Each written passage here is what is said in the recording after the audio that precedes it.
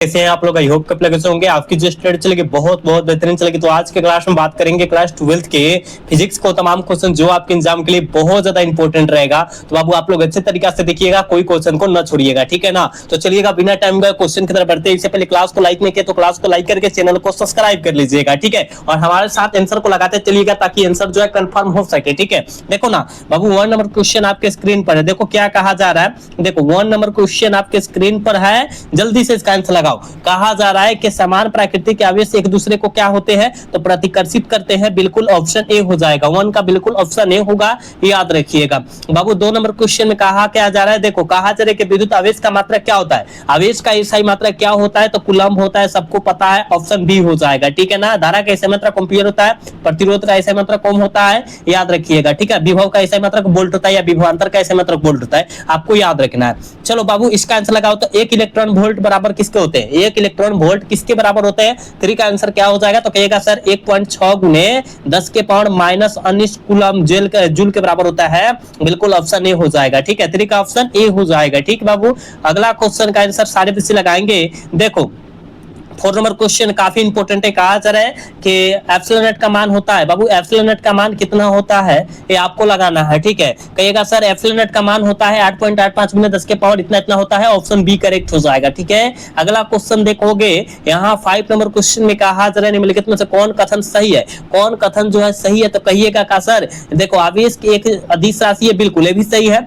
आवेश संरक्षित होता है, बिल्कुल ये भी सही है। आवेश का क्वांटिमीकरण होता है, बिल्कुल ऑल ऑफ दीज कर देना है, इनमें से सभी हो जाएगा, ठीक है ना। 5 का ऑप्शन डी हो जाएगा, याद रखना है, ठीक है। अगला क्वेश्चन की तरफ बढ़ते हैं और देखो 6 नंबर क्वेश्चन में क्या कहा जा रहा है। कर विद्युतशीलता का मात्रक है। बाबू विद्युतशीलता का मात्रक कौन है ये आपको लगाना है। 6 का आंसर क्या हो जाएगा तो याद रखिएगा फैराडे पर मीटर होता है, यानी ऑप्शन क्या होगा बी करेक्ट हो जाएगा, ठीक है ना। 6 का ऑप्शन बी होगा रे बाबू, याद रखना, ठीक है। बाबू क्लास को लाइक करते चलना है, चैनल को सब्सक्राइब भी साथ में करते चलना है। अगला क्वेश्चन देखोगे 7 नंबर क्वेश्चन में कहा जा रहा है कि विद्युत क्षेत्र का विमीय सूत्र क्या होता है। विद्युत क्षेत्र का विमीय सूत्र जो होता है वो क्या होता है तो याद रखिएगा AML के पावर -3 A इनवर्स होता है। कह दिया है का कहेगा जी गुरुजी ऑप्शन बी में दिया है, ऑप्शन बी करेक्ट हो जाएगा, ठीक है। अगला क्वेश्चन देख बाबू यहाँ जो है कहा जा रहा है कि विद्युत द्विध्रुव के लिए विद्युत क्षेत्र में परिवर्तन समानुपाती होती है। किसके समानुपाती होती है तो आप कहेगा गुरुदेव जी R/Q के बराबर, ठीक है ना। R - Q बराबर होगा, यानी ऑप्शन बी हो जाएगा, ठीक है। अगला क्वेश्चन देखोगे यहाँ 9 नंबर क्वेश्चन में कहा जा रहा है विद्युत द्विध्रुव आघूर्ण एक सदिश राशि है जिसकी दिशा होती है। विद्युत द्विध्रुव आघूर्ण एक सदिश राशि है जिसकी दिशा क्या होती है तो कहिएगा सर इसकी दिशा जो होती है ना, याद रखिएगा ऋण से धन की ओर होती है। ऑप्शन डी करेक्ट हो जाएगा, ठीक है।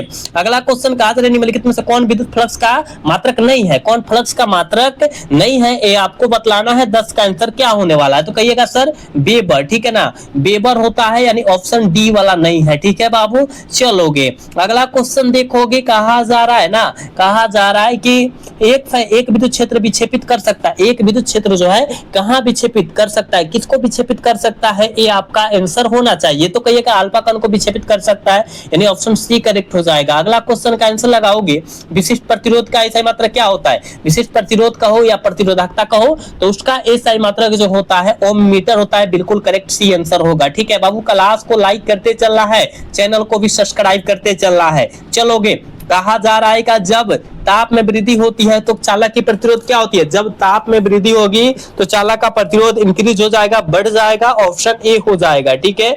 अगला क्वेश्चन देखोगे यहाँ जो है 14 नंबर क्वेश्चन में कहा जा रहा है विद्युत परिपथ की शक्ति होती है। बाबू विद्युत परिपथ की शक्ति क्या होती है ये आपको बतलाना है, ठीक है। ये 14 का आंसर क्या हो जाएगा तो कहिएगा सर हम जानते हैं V²/R होती है, यानी ऑप्शन क्या सी करेक्ट हो जाएगा। 14 का ऑप्शन सी होगा, याद रखिएगा। 15 नंबर क्वेश्चन में क्या कहा जा रहा है। कहा जा रहा है कि विद्युत परिपथ के किसी बिंदु पर सभी धाराओं का बीजगणितीय योग होता है।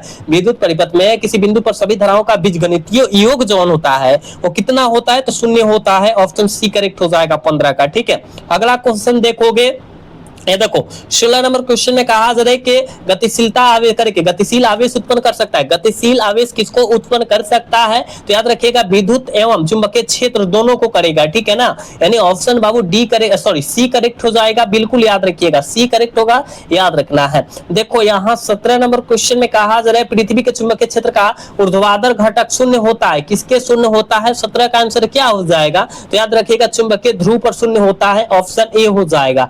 नेक्स्ट क्वेश्चन देखोगे 18 नंबर क्वेश्चन में कहा जा रहा है कि विद्युत चुंबक बनाने के लिए सबसे उचित धातु कौन है? बहुत इंपॉर्टेंट है, मतलब विद्युत चुंबक बनाने के लिए सबसे उचित धातु नर्म लोहा हो जाएगा, ऑप्शन ए हो जाएगा 18 का, ठीक है। अगला क्वेश्चन देखोगे यहाँ 19 नंबर क्वेश्चन में क्या कहा जा, देखो कहा जा रहा है कि अनुचुंबक के पदार्थ की चुंबकशीलता का मान क्या होता है? अनुचुंबक के पदार्थ की चुंबकशीलता का जो मान होता है वो क्या होता है? तो आप कहेगा सर 1 से कम होता है, ऑप्शन सी करेक्ट हो जाएगा। चल बाबू अगला क्वेश्चन का आंसर लगाओ। देखो यहाँ 20 नंबर क्वेश्चन में क्या कहा जा रहा है? लेंज का नियम किस भौतिक राशि के संरक्षण पर आधारित होता है? लेंज का नियम जो होता है भौतिक राशि के किस संरक्षण के आधार पर जो होता है क्या होता है? आधारित रहता है। तो कहिएगा ऊर्जा के संरक्षण सिद्धांत पर, बिल्कुल ऑप्शन ए हो जाएगा। अगला क्वेश्चन देखोगे 21 नंबर क्वेश्चन में कहा जा रहा है कि विशुद्ध यानी अशुद्ध होना, विशुद्ध मतलब का अशुद्ध होता है, अशुद्ध का प्रेरणीय परिपथ में शक्ति गुणांक का मान जो होता है वो कितना होता है? तो याद रखिएगा 0 होता है, ऑप्शन ए करेक्ट हो जाएगा। अगला क्वेश्चन कहा जा रहा है कि किसी ट्रांसफार्मर में क्या संभव नहीं हो सकता है? देखो ट्रांसफार्मर में जो होता है क्या संभव नहीं हो सकता है? तो कहिएगा सर उसमें जो है संभव नहीं हो सकता, याद रखिएगा डिस्ट धारा संभव नहीं हो सकता है, बिल्कुल ऑप्शन बी हो जाएगा। चलो यहाँ देखो 23 नंबर क्वेश्चन में क्या कहा जा रहा है? निम्नलिखित में से कौन सी तरंगे विद्युत चुंबकीय तरंग नहीं है? कौन सी चुंबकीय तरंगे विद्युत चुंबकीय तरंग नहीं है? ये आपका आंसर बताइए क्या हो सकता है? तो कहिएगा सर अल्फा तरंगे, बिल्कुल ऑप्शन ए हो जाएगा। 23 का ऑप्शन ए करेक्ट होगा, याद रखिएगा। 24 नंबर क्वेश्चन में कहा जा रहा है खगोलीय दूरबीन में अंतिम प्रतिबिंब होता है। खगोलीय दूरबीन के लिए अंतिम प्रतिबिंब क्या होता है ये आपको बतलाना है। तो कहिएगा सर अंतिम प्रतिबिंब जौन होता है ना, अंतिम प्रतिबिंब जौन हो जाएगा, याद रखिएगा काल्पनिक एवं उल्टा होगा, ऑप्शन सी करेक्ट होगा 24 का, याद रखना। चल बाबू यहाँ 25 नंबर क्वेश्चन में क्या कहा जा रहा है कि कौन सी घटना प्रकाश तरंग के अनुप्रस्थ प्रकृति पर पुष्टि करता है? कौन सी घटना करता है? तो कहिएगा सर ध्रुवण करता है, ध्रुवण करता है, बिल्कुल ऑप्शन सी करेक्ट हो जाएगा। अगला क्वेश्चन देखोगे यहाँ 26 नंबर क्वेश्चन में कहा जा रहा है कि ध्रुवित प्रकाश के कंपन तल एवं ध्रुवण के तल के बीच का कोण जो होता है वो क्या होता है? तो 0 डिग्री का होता है, ठीक है ना, याद रखिएगा ऑप्शन ए हो जाएगा। चल बाबू इसका आंसर लगाओ। तो कहा जा रहा है अल्फा कण का आवेश फोटॉन के आवेश का कितना गुना होता है? फोटॉन के आवेश के कितना गुना होता है?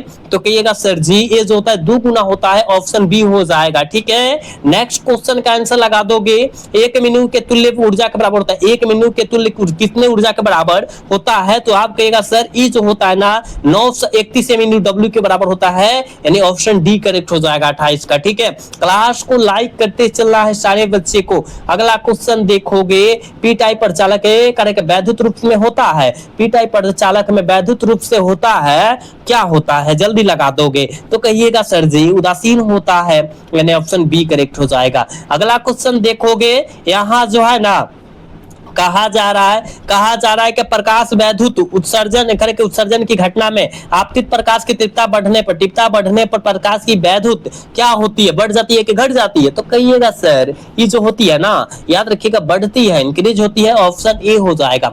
चलो यहाँ जो है कहा जा रहा है कि स्वप्रेरकत्व एल तथा कोणीय आवृत्ति ओमेगा के गुणनफल की इकाई क्या होती है? तो कहिएगा सर हम जानते हैं ओम होती है, ऑप्शन ए करेक्ट हो जाएगा। चलो यहाँ कहा जा रहा है कि एक समतल तरंगाग्र निम्न में से किसका भाग होता है? एक समतल तरंगाग्र जो होता है निम्न में से किसका भाग होता है? तो गोलीय तरंगाग्र की, बिल्कुल ऑप्शन ए हो जाएगा। अगला क्वेश्चन देखोगे 33 नंबर क्वेश्चन में कहा जा रहा है कि अबिंदुकता दूर करने के लिए कौन लेंस लेंस उपयोग होता है? अबिंदुकता लेंस को दीर्घ दृष्टि दोष को मतलब अबिंदुता दूर को जो है दोष को दूर करने के लिए किसका उपयोग करते हैं? किस लेंस का उपयोग करते हैं? ये बतलाना है आपको, ठीक है। तो कहिएगा सर बेलनाकार लेंस, बिल्कुल ऑप्शन डी हो जाएगा। अगला क्वेश्चन देखोगे कहा क्या जा रहा है कहा जा रहा है दो समान धारिता सी वाले संधारित्र को समांतर शाखा में जोड़ने पर समतुल्य धारिता जो हो जाएगी क्या हो जाएगी, तो कहिएगा सर 2C ना हो जाएगी। बिल्कुल ऑप्शन ए करेक्ट हो जाएगा। याद रखिएगा आज के क्लास के लास्ट क्वेश्चन है, कहा क्या जा रहा है, कहा जा रहा है कि विद्युत क्षेत्र तथा विद्युत विभव के बीच का संबंध बतलाओ क्या होता है। जल्दी लगाओ, इसका आंसर क्या हो जाएगा, जल्दी से बतलाओ तो विद्युत क्षेत्र तथा विद्युत विभव में संबंध क्या है, तो कहिएगा गुरुदेव ये जो है याद रखिएगा ई बराबर, याद रखिएगा ई बराबर माइनस डीवी भाई डी आर होता है, यानी इसका ऑप्शन बी करेक्ट हो जाएगा, 35 का ऑप्शन बी हो जाएगा। ठीक है ना। तो बाबू आज के क्लास में हमने 35 क्वेश्चन बतलाया, लेकिन आपके एग्जाम के लिए पूरे वायरल क्वेश्चन कराया है, तो आप लोग अच्छे तरीका से देख लीजिएगा, कोई क्वेश्चन को ना छोड़िएगा, जहां ना बुझाए वहां आप लोग कमेंट करके जरूर पूछिएगा। ठीक है ना। तो आज का क्लास कैसा लगा, अगर अच्छा लगा होगा तो क्लास को लाइक करके चैनल को सब्सक्राइब करके हमारे क्लास से जुड़ जाइएगा, और मिलते हैं दूसरा क्लास में। तब तक जय हिंद, जय Bharat, tata bye bye, love you.